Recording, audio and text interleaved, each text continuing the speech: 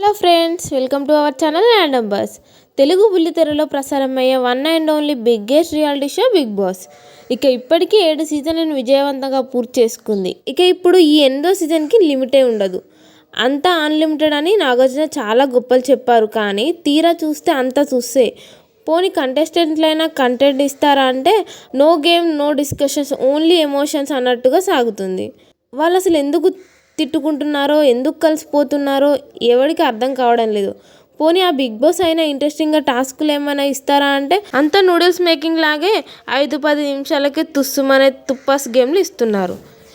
అసలు విషయానికి వస్తే హౌస్లో ఉన్న కంటెస్టెంట్లో ఉన్నంతలోనే కాస్త హుందాగా కనిపిస్తున్న కంటెస్టెంట్ ఎవరైనా ఉన్నారా అంటే అది డాన్సర్ నైనిక అనే చెప్పాలి. వయసులో చిన్నదైనా మాట్లాడే విధానంలో కానీ, మెచ్యూరిటీలో కానీ మిగిలిన వాళ్ళకంటే తను చాలా బెటర్ అన్నట్టుగా వ్యవహరిస్తుంది.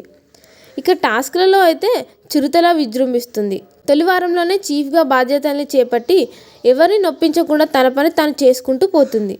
మాట్లాడే టైం వచ్చినప్పుడు గట్టిగానే వాయిస్ వినిపిస్తుంది ఈ పొట్టిపిల్ల. బిగ్ బాస్ లైవ్లో ఒక సంఘటన చోటు చేసుకుంది. అదేంటంటే నైనిక ఏదో బాధపడుతున్నట్టుగా ఉంటే ఏంటి ఎవరైనా గుర్తొస్తున్నారా అంటూ నిఖిల్, విష్ణు ప్రియలిద్దరూ నైనికను అడిగారు. దీంతో అలా ఏం లేదబ్బా అంటూ తెగ సిగ్గుపడుతూ తలదించుకుంది నైనిక. దీంతో నీ బాయ్ ఫ్రెండ్ గురించి చెప్పు, అతను కూడా డాన్సరేనా, మీ గురించి అమ్మకి ఎలాగూ తెలుసు కదా అని నైనికను అడిగాడు నిఖిల్. నో నేను చెప్పను అంటూ మరింత సిగ్గుపడిపోయింది నైనిక. దీంతో తనకి బాయ్ ఫ్రెండ్ ఉన్నాడనే విషయాన్ని చెప్పకనే చెప్పింది, కానీ అలవాట్లో పొరపాటుగా తన ప్రియుడి పేరుని కూడా లీక్ చేసింది.